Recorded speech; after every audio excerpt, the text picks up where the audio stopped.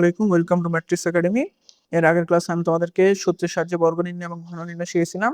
এখন আমি আজকে তোমাদেরকে কিভাবে তোমরা সরলের অঙ্কগুলো করবা সেটা শেখাবো। যেমন এখান থেকে একটা অঙ্ক আমি এখানে তুলছি। সরলের অঙ্কগুলো কিভাবে হবে একটু তোমাদেরকে আমি দেখাই দিই। এখানেও দুইটা সূত্র ব্যবহার করি। যখন এই প্যাটার্নে থাকবে অর্থাৎ বর্গের প্যাটার্নে, সূত্র কি হবে তখন? এই যে এটাই, a plus B whole square equal to a square plus 2ab plus B square. আর এখানে আরেকটা সূত্র ছিল a minus B square equal to a square minus 2ab plus B square. এই দুইটা সূত্র দিয়ে আমরা বর্গের যেগুলা সরল আছে সেগুলো আমরা করব। অর্থাৎ তোমার প্রশ্ন থাকবে, মানে প্রশ্নটা এই প্যাটার্নে থাকবে অথবা এই প্যাটার্নে তোমাকে নিয়ে আনতে হবে, তারপর তুমি এটা সমান এটা লিখতে পারবা। এভাবে তোমাকে সরলটা করতে হবে। অর্থাৎ এইখানে মানটা অনেক বড় আছে না, এই মানটাকে ছোট করতে হবে। এটা হচ্ছে তোমার সরলের কাজ। এখন দেখো, এই ধরনের প্রশ্নগুলো করার আগে সর্বপ্রথম তুমি প্রশ্নটার দিকে লক্ষ্য করবা। দেখো এখানে এইটা এবং এইটা, এই দুইটা জিনিসই আছে শুধু। এখানে 7p plus 3q minus 5r এটা এখানে আছে আবার। তারপর এখানে 8p minus 4q minus 5r এটাও এখানে আছে। তাহলে লিখবে সর্বপ্রথমে ধরি 7p plus 3q minus 5r equal to a ধরবা। আর এখানে আরেকটা কি ছিল? এই যে 8p minus 4q minus 5r এটাকে b ধরবা। তাহলে এটাকে b ধরলাম। এখন তুমি লিখবা কি, যে প্রদত্ত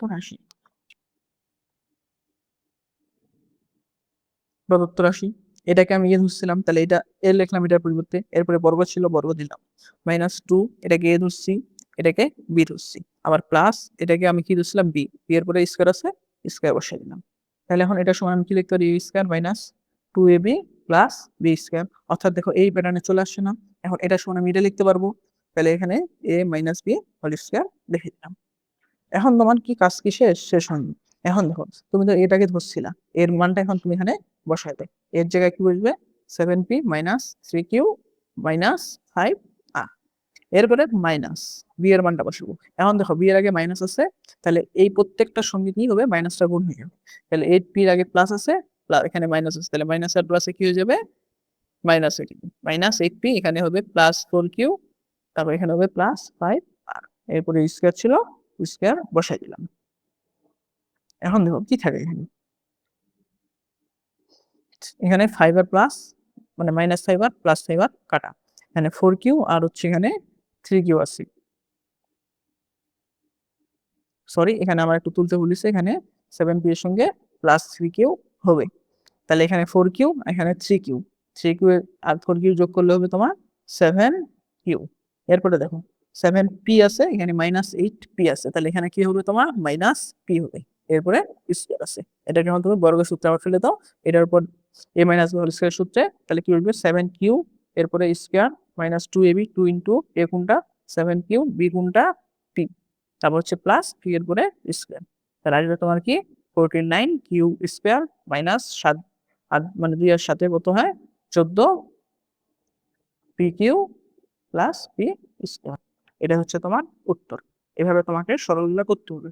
তুমি প্রত্যেকটা সরলই দেখো ওই প্যাটার্নে আছে, তোমাকে শুধু এভাবে ধরতে হবে, এ অথবা বি। তুমি চাইলে একশো ধরতে পারো, ধরার পরে অঙ্কটা এইভাবে করতে হবে। দেখা গেল তোমার কি সরল, এটা হচ্ছে বর্গের সরল।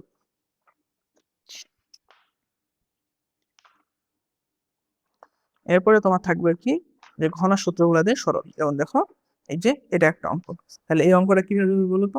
ওই আগের মতো ঘনের যে সূত্রগুলো আছে এই ঘনের সূত্রগুলো দিয়ে হবে। তাহলে আমরা পরবর্তী পৃষ্ঠায় যাব। দেখো প্রশ্নটা আগে তুলি। প্রশ্নটা কি আছে এখানে? 7x প্লাস 3b এরপরে cube minus 5x plus 3b এরপরে cube minus 6x into 7x plus 3b into 5x plus 3b। এখন দেখো তোমার সূত্র এখানে কি কি ছিল? এটা ছিল না যে a প্লাস বি এরপরে কিউব সমান a cube minus B cube minus plus 3ab into a plus B. এটা একটা সূত্র, মানে ওই আগের যে সূত্র ছিল ওটা সূত্র থেকে কিন্তু এই সূত্রটা আসছে। আর এখানে a minus B equal to a cube minus B cube minus 3ab into a minus B. এই সূত্রটা আছে না, এই সূত্রটা দিয়ে আমরা বেশিরভাগ কিন্তু যে ধরনের সরলগুলো আছে এগুলা করব। এখন দেখো তাইলে একই কাজ এখানেও তোমাকে দেখো এখানে 7x + 3b আর 5x + 3b এই দুইটা জিনিসই কিন্তু আছে। এখানেও দেখো 7x + 3b 5x + 3b তাহলে ধরি 7x + 3b = কি a, তারপর হচ্ছে 5x + 3b = এখন দেখো এখানে b আছে, তাহলে এখানে আমাদেরকে অন্য কিছু একটু ধরলে ভালো হয়। তাহলে এখানে এটাকে আমি কি ধরলাম, এটাকে ধরে নাও আমি c ধরলাম। তাহলে এটাকে a ধরছি, এটাকে c ধরছি। তাহলে এখন আমি এখানে প্রদত্ত রাশি লিখি। তাহলে এটাকে আমি কি ধরছি a, তাহলে এর পরে কিউব হচ্ছে মাইনাস, এটাকে কি ধরছি c, তাহলে c এর পরে কিউব হচ্ছে মাইনাস। এখন দেখো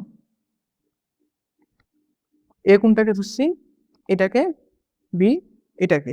এখন এখানে দেখো 6x আছে, তাহলে এখানে সূত্র কি আমার বলো তো, 3ab হবে, তারপরে হবে কি a - b। এখন দেখো 3 বসাইলাম, ঠিক আছে। এখন এই যে এটা আর এটা গুণ করলে কি হবে বলো তো, ab হবে, এটাকে a ধরছি, এটাকে b ধরছি। এখন এরপরে a - b দেখাইতে হবে তোমাকে। এখন তুমি সাইডে একটা জিনিস করে দেখাইতে পারো, এখানে সরি c ধরছিলাম, c হবে 3ac। এখন দেখো এখানে এক্সট্রা আছে না, পাওয়া নিতে পারে না যে সূত্রে তো 3ab ছিল আর সঙ্গে a - b ছিল, a - b টা আমি কেমনে দেখাবো। এখন দেখো এর কোনটা তো ছিল এটা, আর এখানে তোমার b বলতে c যেটা আর কি এটা, তাহলে a - c তুমি আলাদা করে বার করে নাও, দেখো কি আসে। a কি 7x + 3b, এর সঙ্গে - c কোনটা এটা, তখন হবে 5x - 3b, তাহলে +3b - 3b কাটা। এখন 7x থেকে 5x, তাহলে থাকে কত এখানে বলো তো, মাইনাস দিলে কত থাকে 2x থাকে। তাহলে এখানে ইনটু 2x, তুমি এটা বাইরের সাইডে দেখা দিতে পারো যে a - c সমান কি এটা আসতেছে তোমার 2x আসতেছে, বা তুমি এই জিনিসটা তুমি এখানে দেখা দিতে পারো যে এটা এরকম করে 2x আসছে। তাহলে দেখো 3 × 2 গুণ করলে কত হয় 6x, এরপরে a b এর জায়গায় অর্থাৎ ac আমাদের আছে।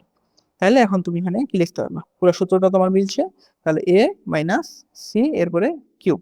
এখন তুমি কি করবা, মানগুলা বসাই দিবা।